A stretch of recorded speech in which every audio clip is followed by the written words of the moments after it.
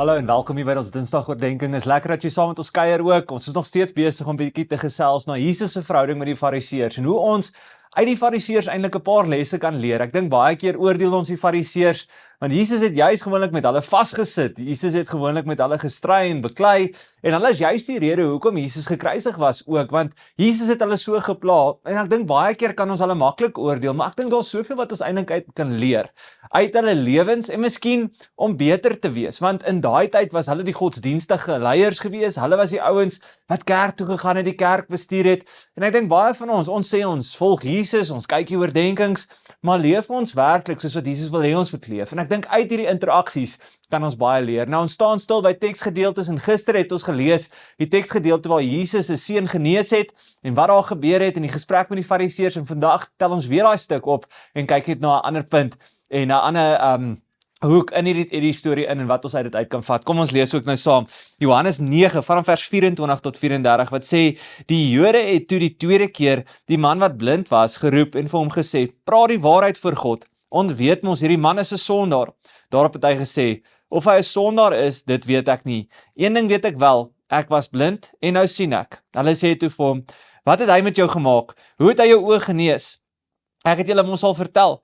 Het julle nie geluister nie, antwoord hy, hoekom wil julle weer hoor, julle wil tog nie ook disippels van hom word nie? Toe skel hulle hom uit en sê, jy is 'n disipel van hom, ons is disipels van Moses, ons weet dat God het Moses gepraat het, daarom, maar hierdie man, ons weet nie waar hy vandaan kom nie. Dis daarom snaaks, sê hy daarop vir hulle, julle weet nie waar hy vandaan kom nie. En tog het hy my oë genees. Ons weet dat God nie na sondaars luister nie, maar as iemand vir hom ontzag het en my oë genees, doen wat hy wil hê, luister God na hom. Van ewigheid af is daar nog nooit gehoor dat iemand die oë van die een wat blind gebore is, genees het nie. As hierdie man nie van God was nie, sou hy niks kon doen nie. Hulle sê toe vir hom, jy is van jou geboorte af die ene sonde en jy wil ons staan en leer, en hulle het hom uitgeban. Nou weer eens 'n baie interessante reaksie hier met die Fariseërs met 'n genesing van Jesus, en dadelik kom question hulle hom oor, is jy in die waarheid, praat die waarheid, sê vir ons waar hierdie goed gebeur, en ja, ek dink hierso leer ons baie goed uit dit uit. Ek dink eerstens leer ons hoe om nie in 'n konfliksituasie op te tree of te praat of te reageer nie. Ek dink ons vat iets hierso uit dat daar's beter maniere, en ek dink hy antwoord deel dit, maar het julle nie gehoor nie, hierdie is wat gebeur het, ensovoorts. En dan kom hulle terug, en hulle kap terug, en hulle sê, hoorie man, ons is van Moses af, ons is deur Moses geleer, en hulle probeer amper half maak, asof hulle beter is as hierdie ou met wie hulle praat, want hulle geloof word hierso uitgedaag, hulle geloof word gestretch, hulle geloof pas nie heeltemal in hulle raamwerk, hierdie genesing pas nie in hulle raamwerk, hoe dinge moet gebeur nie, en dadelik sê hulle, dit kan nie van God afkom nie,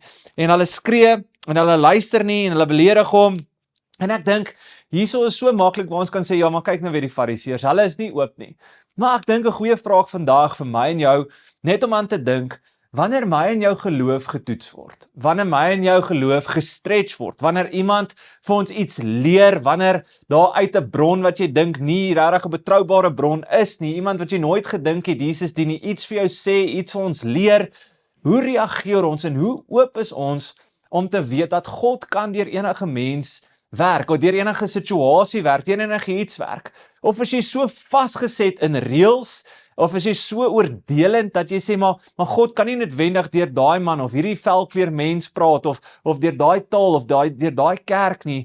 Ek dink so maklik kan ons God in 'n boks probeer dik.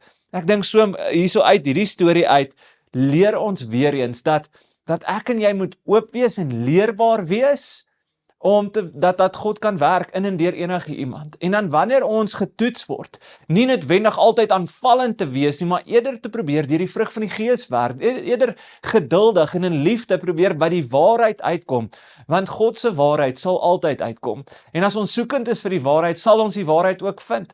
En ek dink dit toets weer eens ons hart. Is ons leerbaar? Is ons oop, en wanneer ons getoets word, wanneer ons dalk in 'n ongemaklike situasie is met iemand, hoe reageer ons en praat ons?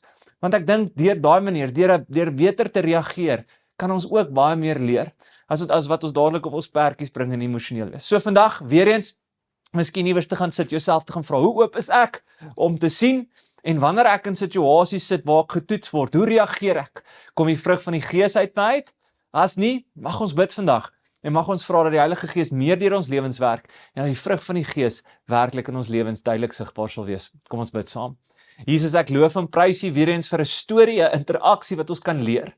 En Here, mag ons vandag nie net hierdie storie hoor nie, maar mag ons dit gaan leef ook in die sin van, Here, daar waar ons miskien ons geloof getoets word, daar miskien waar ons gestrek word, Here, mag ons beter reageer. En daarom bid ons vandag spesifiek vir die Heilige Gees en vir die vrug van die Gees. Here, dat die vrug van die Gees ons sal help om beter te reageer, om oop te wees en leerbaar te wees.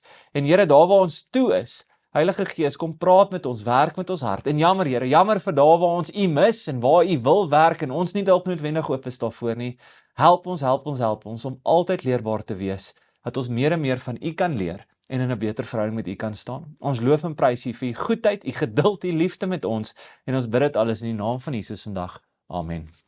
Baie dankie dat jy vandag geluister het. Mag jy 'n lekker Dinsdag geniet. Tot môre. Mooi bly.